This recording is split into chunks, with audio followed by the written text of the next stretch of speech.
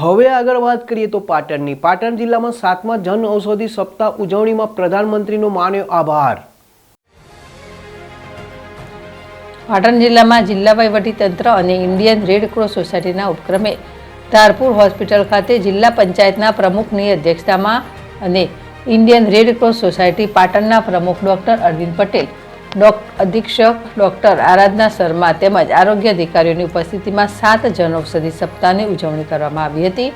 તેમાં અન્ય કેમિસ્ટના સ્ટોર કરતાં પ્રધાનમંત્રી જનઔષધિ કેન્દ્રોમાં મળતી સારી અને સસ્તી દવાથી ગરીબો અને જરૂરિયાતમંદ દર્દીઓને ઘણી રાહત થઈ રહી હોવાનું અને એની મોંઘી દવા કરતાં જેનરિક દવા એટલું જ કામ કરે છે તે અંગે લોક જાગૃતિ લાવવામાં આવી હતી. દર્દીઓના સગાઓએ પણ આ દવાથી ઘણો ફાયદો થાય છે અને પૈસાની બચત થાય છે. પ્રધાનમંત્રીના પ્રજાલક્ષી કામ બદલ આભાર માન્યો હતો.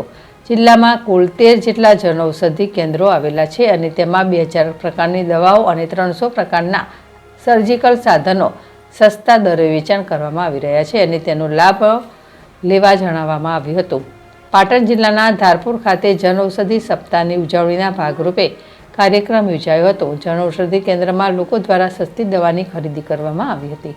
વહીવટીતંત્ર દ્વારા લોકજાગૃતિ અંગે લોકોને માર્ગદર્શન આપ્યું હતું. જિલ્લા પંચાયતના પ્રમુખ હેતલબેન ઠાકોર, CDHO ધારપુર હોસ્પિટલના અધિક્ષક સહિત આરોગ્ય અધિકારીઓ અને ઇન્ડિયન રેડ ક્રોસ સોસાયટીના પ્રમુખ સહિત લોકો ઉપસ્થિત રહ્યા હતા.